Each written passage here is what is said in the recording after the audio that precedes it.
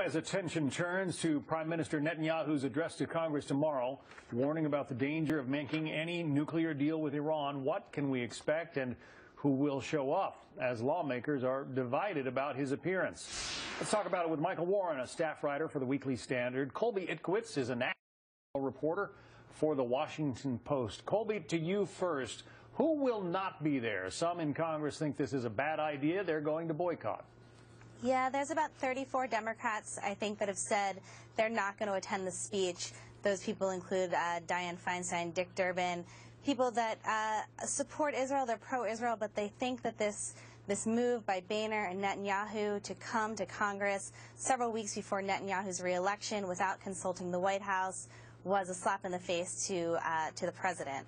And so they are boycotting. Other Democrats are trying to figure out what other line they can toe, attend the speech, but maybe don't stand, how they should go about it. So it'll be a political drama tomorrow. Kind of interesting, Michael, to see, how many oxes are being gored in all of this and who's upset about the words. Really, that's what it comes down to, the words that the Prime Minister is going to say.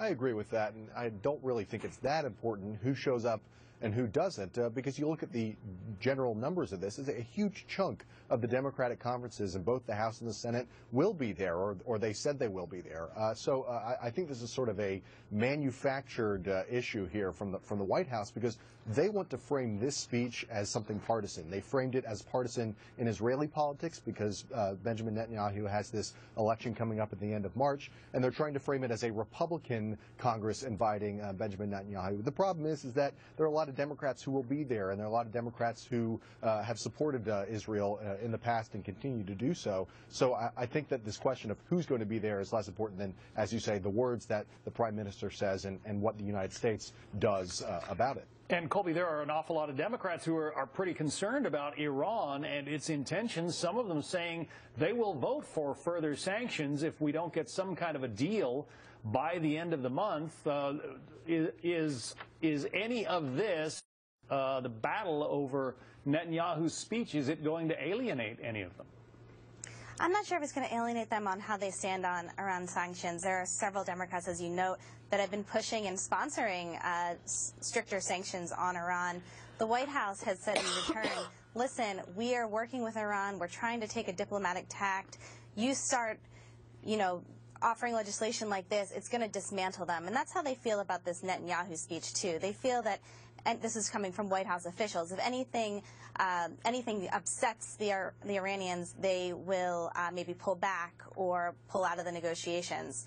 And that's what the U.S. is warning as of right now. Michael, the Prime Minister took pains to say that his speech, in his view, is not about partisan politics. Here's what he had to say this morning to the AIPAC group. The last thing that anyone who cares about Israel, the last thing that I would want, is for Israel to become a partisan issue. And I regret that some people have misperceived my visit here this week as doing that. Israel has always been a bipartisan issue. Israel should always remain a bipartisan issue. The president's detractors say that he is so eager to get a nuclear deal or any kind of a deal with Iran that he's willing to turn his back on a longtime ally. Do you see it that way, Michael?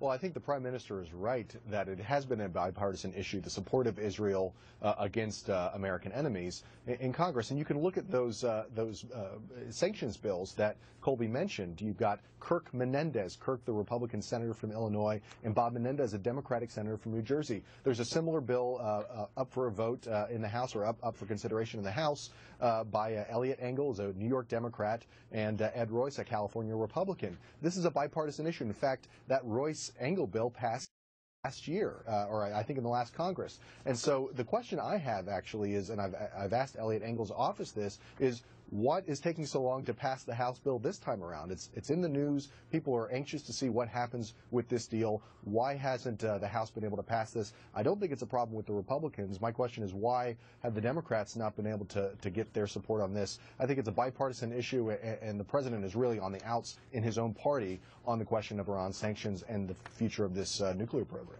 All right, we will obviously be watching that address to the joint meeting of Congress tomorrow. going to be fascinating to hear what the Prime Minister has to say. Michael Warren, Colby Itkowitz, thank you.